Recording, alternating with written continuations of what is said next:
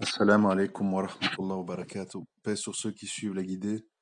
Paix et bénédiction sur le prophète, sallallahu alayhi wa sallam, sur ses compagnons, ses amis, sa famille, ainsi que sur tous ceux qui le suivront de bonne foi jusqu'au jour du jugement. Euh, Première chose, si je commence mes audios par cette formule, c'est parce que je suis musulman.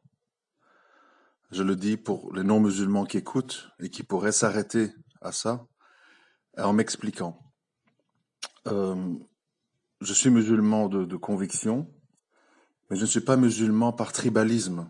C'est-à-dire, je ne me sens pas le défenseur aveugle et acharné d'une tribu en étant de mauvaise foi par rapport aux critiques ou aux doutes ou au rejet des autres. Je tenais à expliquer ça dès le début.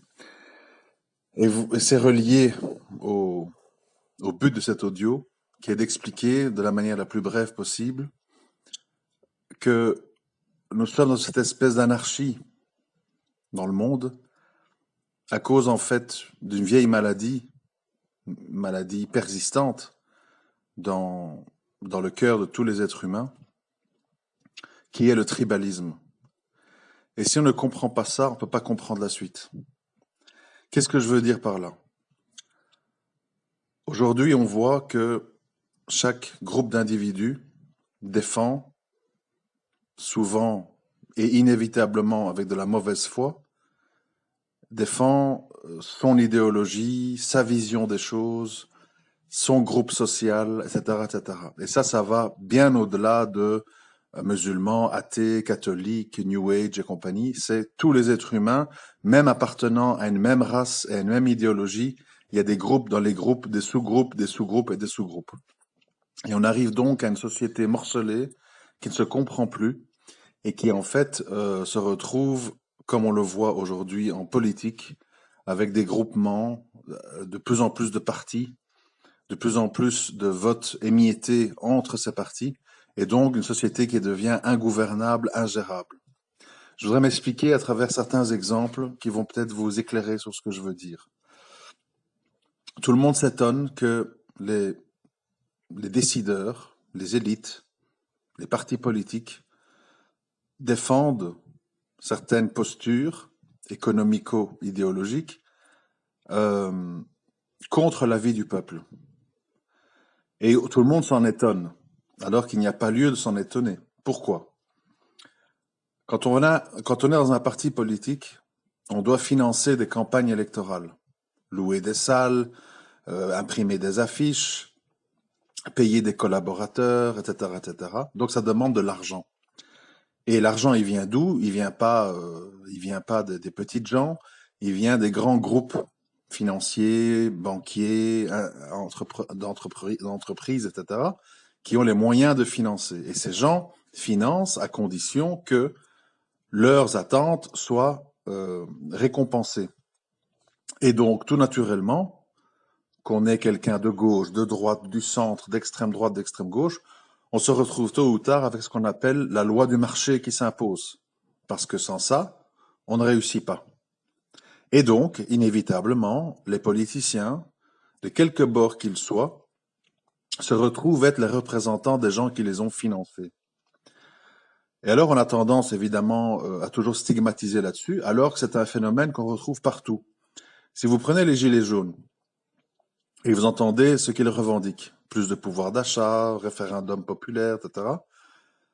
De nouveau, c'est un groupement d'individus, certes hétéroclites, mais qui réclament des choses reliées directement à leurs attentes, à eux, pas aux attentes du monde, pas aux attentes de X, Y, Z. Et tout le monde tombe dans la même erreur, vous voyez, et tout le monde se plaint, c'est-à-dire, vous avez aujourd'hui des musulmans qui se plaignent d'islamophobie, d'être victimes de ceci ou de cela, etc. Et de l'autre côté, vous avez des Français, par exemple, qui estiment que les musulmans ont trop de droits, trop de mosquées, trop de revendications qui sont exaucées, etc. Et donc, évidemment, on est devant un dialogue de sourds, puisque d'un côté, on a des gens qui disent pas assez de droits, pas assez de ceci ou de cela, et de l'autre, des gens qui disent trop, c'est déjà trop, on veut une politique plus restrictive, plus dur, plus anti-ceci ou anti-cela. Et donc, évidemment, on est dans une impasse. Alors, pourquoi on est dans une impasse? On est dans une impasse parce que les gens ne réfléchissent pas dans ce que j'appelle la zone grise et ne font pas l'effort de dire chaque question de société est un débat au cas par cas. On peut prendre plein d'exemples sur chaque point. Je ne peux pas les énumérer tous, ça prendrait trop de temps. Mais par exemple, prenons deux questions qui reviennent souvent quand on parle de référendum populaire. Par exemple, la peine de mort et l'avortement. La peine de mort, vous avez les gens de gauche, non, c'est pas humain, ça se fait pas de tuer, il faut un procès, les droits de l'homme, etc., etc. D'autre côté, du côté de la droite ou de l'extrême droite, vous avez des gens qui disent non, faut arrêter de mettre tous ces islamistes dans des prisons 5 étoiles et ça coûte 50 000 euros par an et au final ils sont relâchés, ils sont encore plus durs qu'avant. Il faut les éliminer, il faut rétablir la peine de mort, par exemple. Donc quand on prend cet exemple, qu'est-ce qu'on constate? On constate que les gens défendent une posture, les gens défendent une idéologie personnelle sans se dire est-ce que la voie de la sagesse, la voie de la raison, c'est pas de dire que c'est au cas par cas.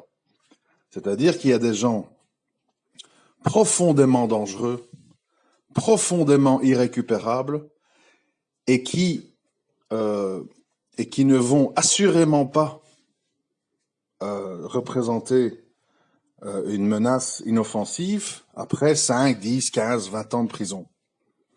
Vous avez parfois, je ne sais pas, hein, j'imagine, mais on entend ça, vous avez parfois des pédophiles multirécidivistes qui disent « moi je n'ai aucune réaction sexuelle sauf face à un enfant, un bébé, etc. » Ces gens disent presque « si vous prenez pas des mesures drastiques contre moi, vos psychologues, vos psychiatres, etc., ça changera rien.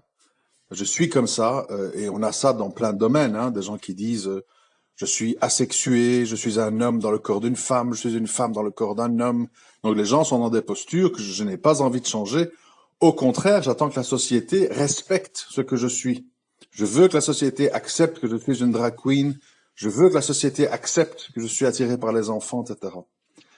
Et dans ce genre de cas-là, par exemple, on est clairement face à quelqu'un qui n'est pas dans un processus de guérison ou de désir de se soigner, de guérir.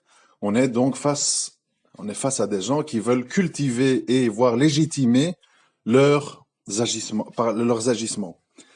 D'un autre côté, nous avons des gens avec qui parfois nous ne sommes pas d'accord.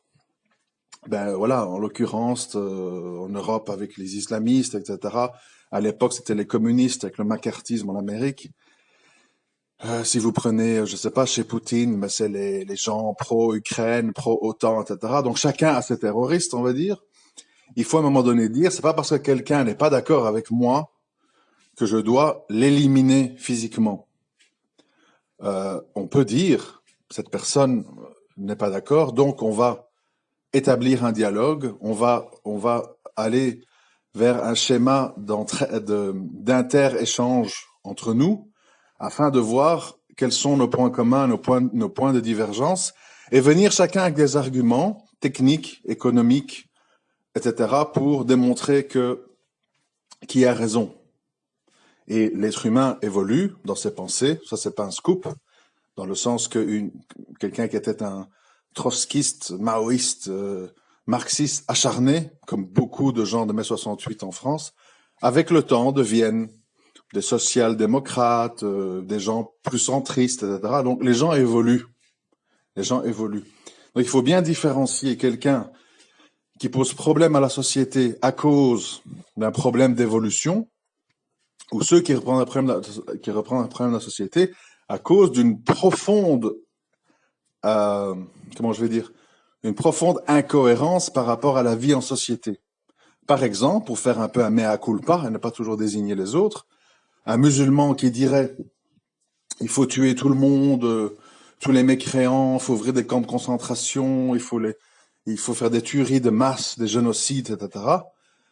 C'est quelqu'un, évidemment, qui est beaucoup moins ouvert au dialogue et à l'échange et à l'évolution qu'un musulman qui dit il y a des problèmes dans la société dans laquelle je vis, je sens que je suis bafoué dans mes droits et dans mes revendications de vivre ma religion sans spécialement attenter à la vie des autres, etc. C'est pas la même chose, vous comprenez? Et c'est la même chose dans tous les autres secteurs. Si on prend l'avortement, pour prendre un deuxième exemple, vous avez les gens pour et les gens contre. Hein? Donc les gens proches de l'Église catholique qui disent nous sommes totalement contre, et les gens plutôt athées, de gauche, etc., qui disent nous sommes pour. À nouveau, pourquoi l'être humain ne fait pas l'effort de dire je prends ce fait pour un cas au cas par cas. C'est-à-dire que c'est pas la même chose. La petite fille de 18 ans qui s'est envoyée en l'air, entre guillemets, et qui se retrouve avec un enfant et qui dit c'est pas le moment, j'ai encore des études à faire, je suis pas prête pour le mariage, etc. C'est pas la même chose que une fille qui a été victime d'un viol, ou qui se retrouve avec un fœtus qui est victime de la trisomie 21 ou que sais-je, de nouveau au cas par cas.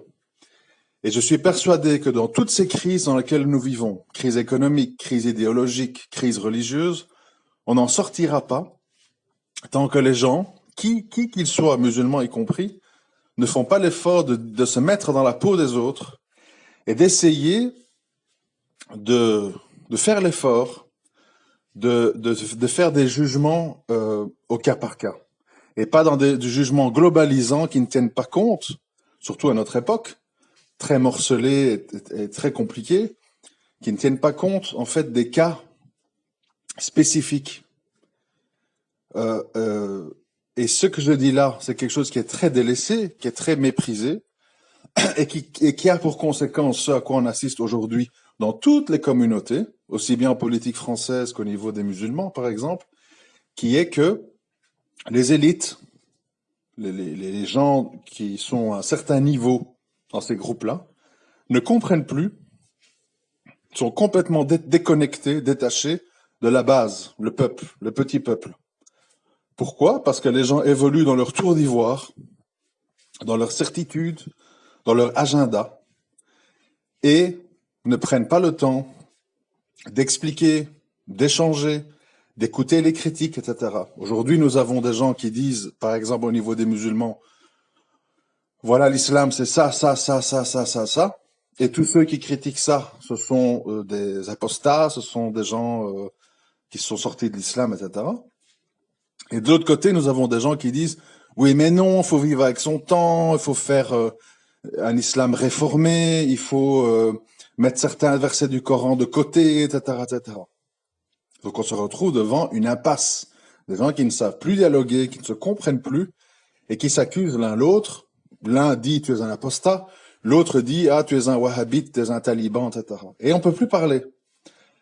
On peut plus parler parce que les gens, j'accuse pas l'un plus que l'autre, je dis les gens ne sont pas capables de dire, est-ce que certaines de mes certitudes, est-ce que certaines de mes habitudes que je défends, je suis un artiste, j'aime la musique, j'organise des soirées, je suis DJ, etc.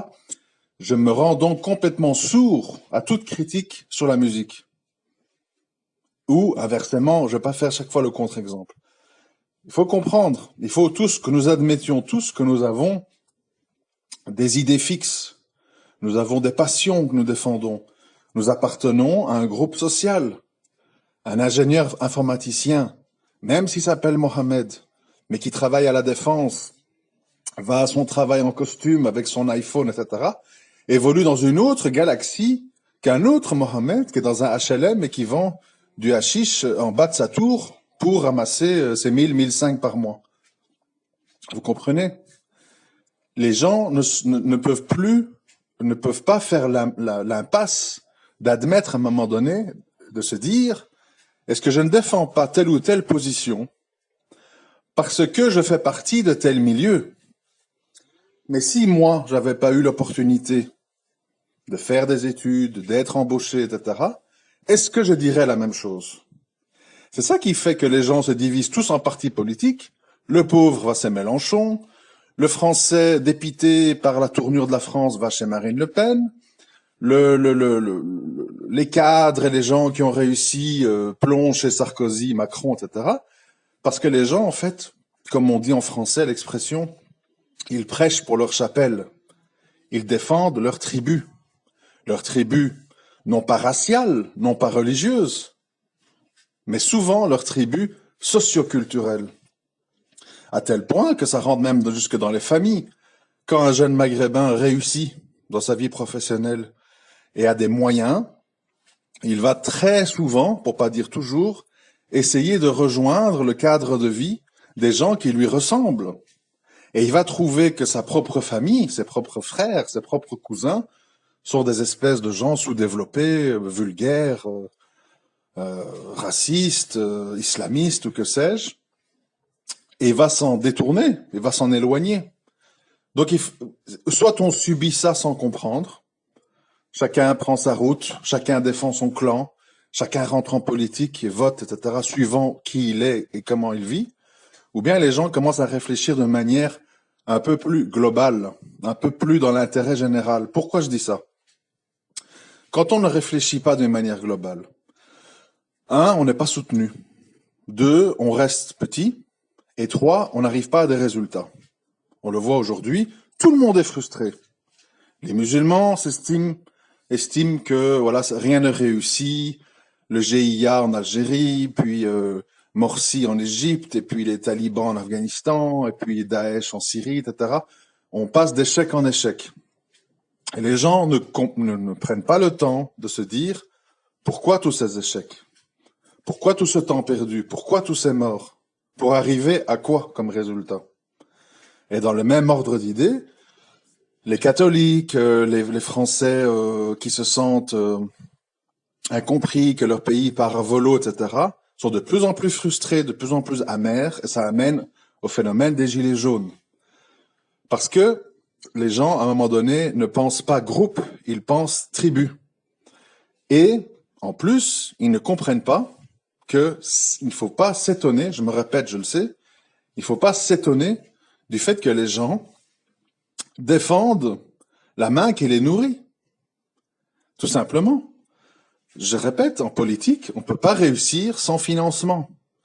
D'où la supercherie de croire que ça représente le peuple, etc. Le peuple est très ingrat et très versatile. Il vous aime, puis il vous aime plus. On le voit avec Macron, hein. C'était le grand renouveau, le jeune qui va réformer le pays. Et puis ça devient l'immonde agent de Rothschild qui occupait à nous ruiner. Tout ça pourquoi il y a eu 2-3 lois qu'on n'a pas aimées, etc. Donc, l'humain est très changeant, très opportuniste et très tourné vers lui-même. Un autre exemple, pour vous prouver ça, l'humain, alors qu'on lui dit que, à tort ou à raison, c'est un autre débat, je ne vais pas l'ouvrir ici, l'humain, on lui dit qu'il y a un risque planétaire d'avoir des millions de réfugiés climatiques si on continue à polluer, si on continue à vivre comme on vit, en gros. Et malgré ça, les gens, qu'est-ce qu'ils disent? Nous ne voulons pas payer plus cher notre litre de diesel. Vous comprenez? Les gens disent toujours, les autres doivent faire les efforts, les autres doivent changer. Moi, je reste dans mon mode de vie, et oui, je veux bien, à la limite, trier mes poubelles, faut pas m'en demander beaucoup plus. Et ce sectarisme dans lequel on vit dans un grand sectarisme, fait en fait qu'il y a une incompréhension et une stagnation qui s'installe, qui fait qu'on peut plus rien faire autrement que par la force ou le mensonge. On voit en politique, on passe des lois. En ce moment, ils discutent des référendums populaires revendiqués par les Gilets jaunes. Et ils disent, si on fait ça, si on permet au peuple de se prononcer clairement, on va se retrouver avec l'interdiction de l'avortement, le rétablissement de la peine de mort, etc., etc. Donc, on ne peut pas faire confiance au peuple. Donc, nous devons voter contre l'avis. Nous devons gérer le pays contre l'avis du peuple. Parce que le peuple ne sait pas, le peuple n'est pas raisonnable, le peuple est dans les émotions, etc. Et là, c'est compliqué parce que, même si c'est pas faux sur le fond, que le peuple n'est pas instruit, n'a pas le niveau, réagit avec ses émotions, etc., c'est vrai.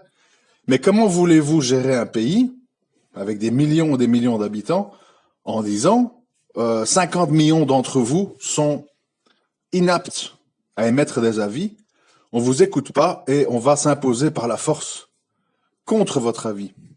Ça peut pas durer dans le temps. Pourquoi? Parce qu'en fait, il n'y a pas d'effort d'éducation qui est mis en place. Et quand il y en a, c'est dans un sens. C'est-à-dire, il faut inculquer de force aux gens que c'est bien la théorie du genre, et c'est bien les mariages pour tous, et que c'est bien l'avortement, et que c'est mal de vouloir les lois d'Allah, etc. Donc ça va dans un sens. Alors évidemment, les gens disent c'est gros, c'est de la manipulation. On n'est pas dans des débats francs et honnêtes et respectueux où on dit bon, nous sommes contre la peine de mort, vous êtes pour, on va en discuter. Quels sont vos arguments, quels sont les nôtres? Comment pouvons-nous trouver un compromis?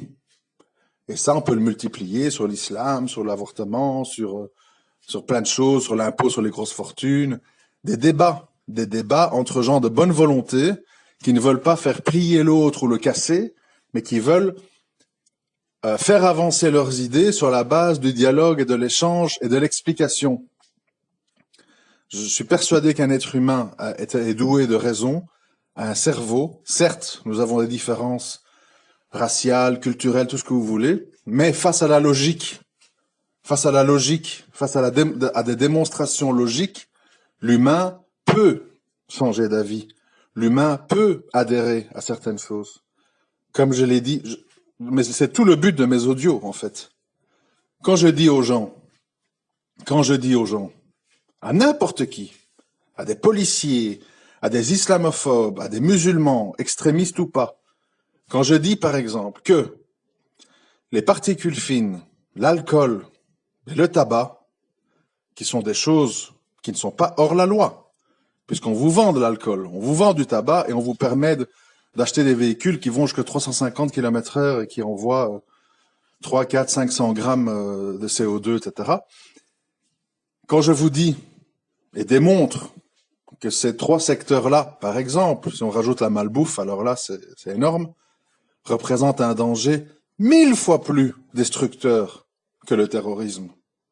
Les gens peuvent comprendre, mais il faut leur expliquer. Les gens ne se rendent pas compte qu'il y a 40 000 morts dans les routes à cause de l'alcool.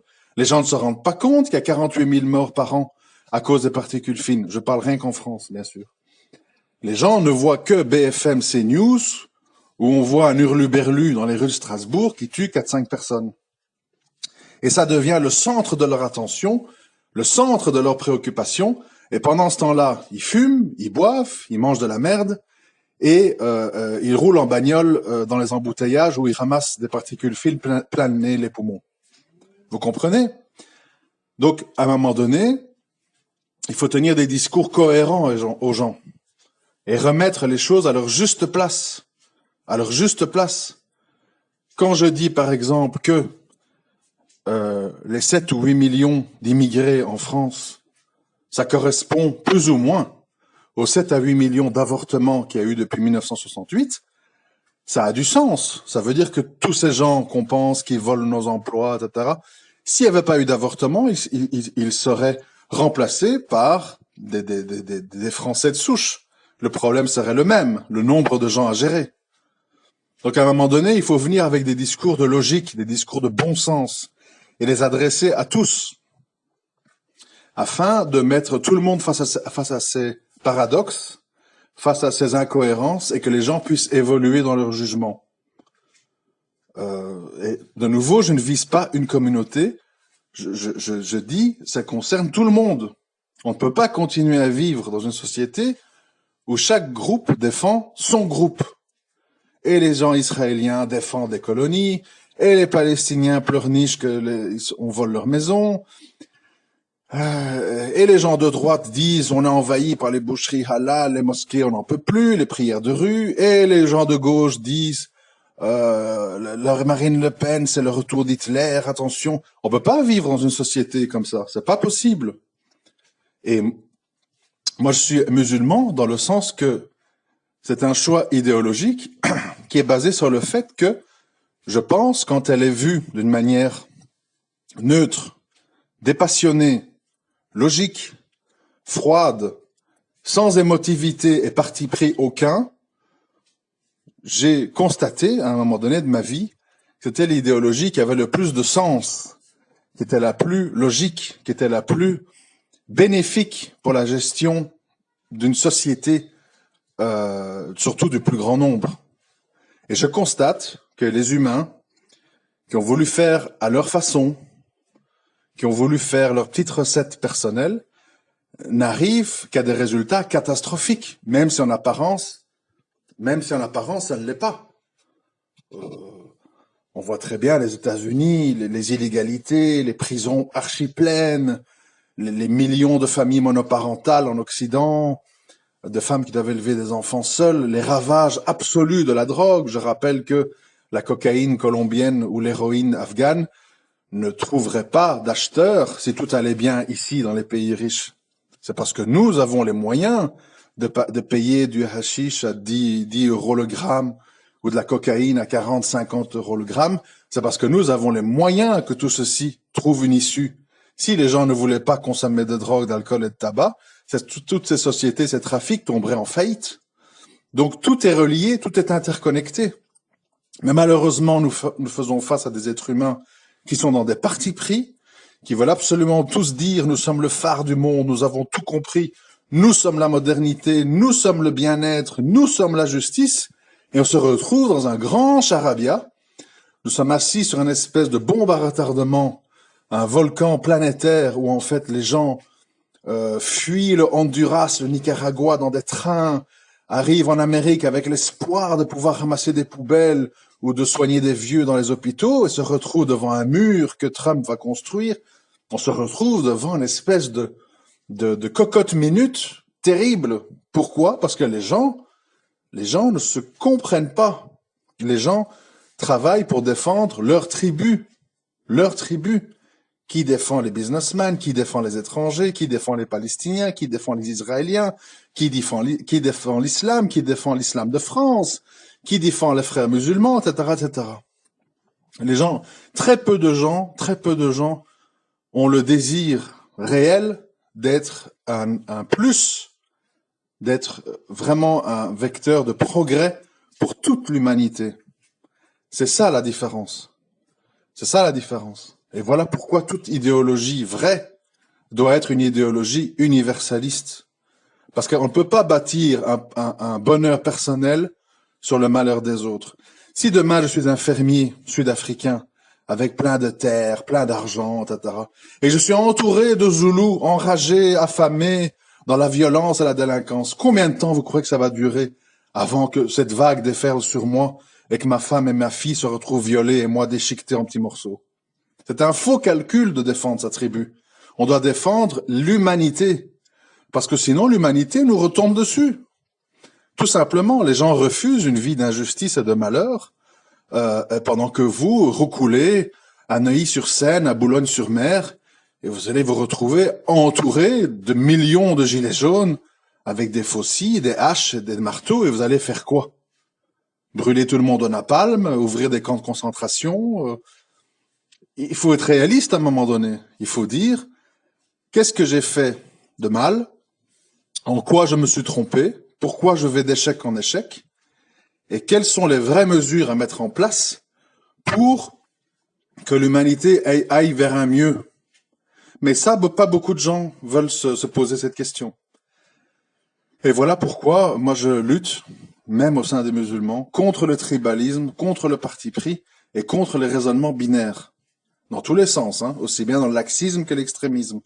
Parce que ceci, en fait, amène soit à se rendre complice du pouvoir en place et de devenir des pions un peu plus basanés que les autres, soit de devenir des espèces d'asociaux qui ne veulent défendre que leur petite tribu envers et contre tous, et se retrouvent isolés, incompris, enfermés, tués, non seulement ici, mais aussi dans le monde arabe, où là-bas aussi, on est terrifié, apeuré par des gens qui ont été décrits comme des gens sanguinaires, extrémistes, intolérants, etc. Et donc on en a peur, et donc de la Tunisie jusqu'en Syrie, les gens n'adhèrent pas. Voilà pourquoi Voilà pourquoi les musulmans volent d'échec en échec, parce qu'ils sont aveugles à la réalité des choses. Ils ne veulent pas expliquer, ils ne veulent pas démontrer, ils ne veulent pas débattre. Ils veulent s'imposer par la terreur, par la force, par les intimidations. Et ça marche pas. Et ça marche pas pour eux comme pour les autres. Donc, ce message évidemment est adressé aux gens de bonne volonté, qui veulent pas mourir idiots, en disant, oubliez que vous êtes blanc, oubliez que vous êtes arabe, oubliez que vous êtes musulman ou non. Ça, c'est notre débat. Mais demandez-vous plutôt, est-ce que mes prises de position ne sont pas des prises de position tribalistes, où en fait je suis le nombril du monde, et où je ne tiens pas compte des autres, et où je crois que je peux bâtir une société dans le mépris des trois quarts de l'humanité. C'est pas possible. Ça amène inévitablement à des grandes guerres civiles. Je vous remercie de m'avoir écouté. À très bientôt, Inch'Allah. Assalamu alaikum wa rahmatullahi wa barakatuh.